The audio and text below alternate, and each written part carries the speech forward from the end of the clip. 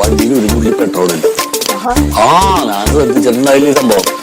അങ്ങനെ പെട്രോൾ അടിച്ചിട്ട് പോവാന്ന് കരുതി ഞാൻ പെട്രോൾ പമ്പിന്റെ അവിടെ ചെന്ന് കഴിഞ്ഞപ്പോ പമ്പ തുറക്കൂന്ന് പറഞ്ഞു. വെയിറ്റ് ചെയ്തപ്പോ ഈ പമ്പിന്റെ നേരെ ഓപ്പോസിറ്റ് കോളേജ് വിട്ട് പെൺപിള്ളേരും കൂടി വരെയാണ്. അപ്പൊ ഞാനിവിടെ കിടക്കണത് ശരിയല്ല. കാരണം പെൺപിള്ളേര് വന്നു കഴിഞ്ഞാൽ എന്നെ കാണും, ഞാൻ അവരെ നോക്കും, അവരെന്നെ നോക്കും, പിന്നെ അവരായിട്ട് ഞാൻ സംസാരിക്കണം. ഞാനത് ആഗ്രഹിക്കുന്നത്, ഞാൻ ഇഷ്ടപ്പെടുന്നില്ല.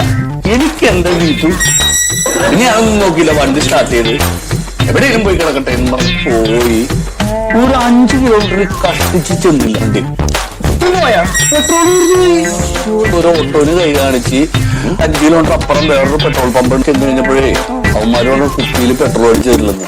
അങ്ങനെ ഞാനൊരു 5 ആളാ ഞാൻ കൂലിക്കെടുത്ത് ഈ വണ്ടി 5 കിലോമീറ്റർ തവി അവിടെ കൊണ്ട് പെട്രോൾ അടിച്ച്